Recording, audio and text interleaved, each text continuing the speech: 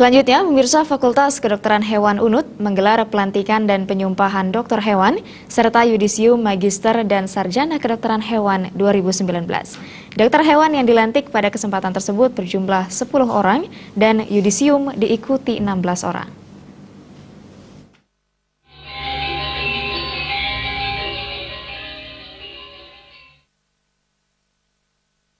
10 dokter hewan dan 16 calon wisudawan S1 dan S2 yang dilantik telah sukses mengikuti pendidikan dan lulus ujian profesi yang dilanjutkan dengan koas selama 1,5 tahun.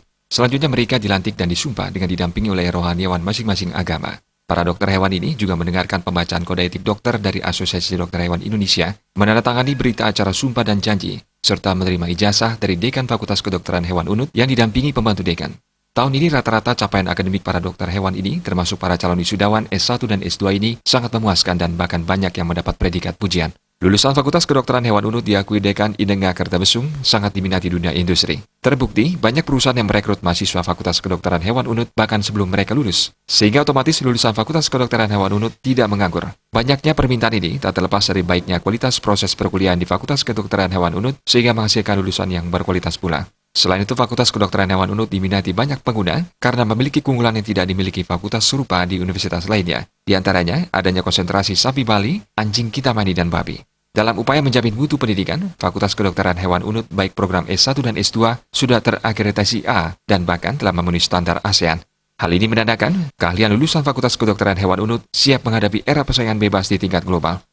Jumlah fakultasnya, kita baru ada 7 di Indonesia. Dengan demikian, alumni yang kita hasilkan otomatis sangat dibutuhkan oleh masyarakat, baik sebagai praktisi mandiri maupun oleh instansi pemerintah maupun swasta. Serapan dunia kerja bagaimana? Kalau serapannya, nah kita kemarin ini biasanya dalam tahap proses yudisium dan pelantikan ini kita diminta untuk menerima beberapa perusahaan-perusahaan yang bergerak di bidang kedokteran hewan. Kayak kemarin kita didatangi oleh dari Wonokoyo untuk merekrut langsung.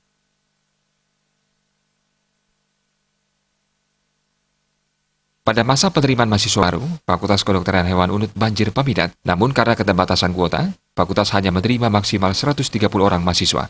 Lulusan terbaik program magister diraih oleh Iketut Narjana dengan IPK 3,94 dengan predikat dengan pujian.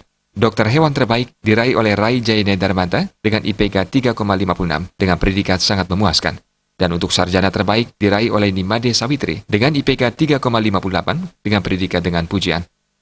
Riasa dan Agus Sudiatmika, Bali TV.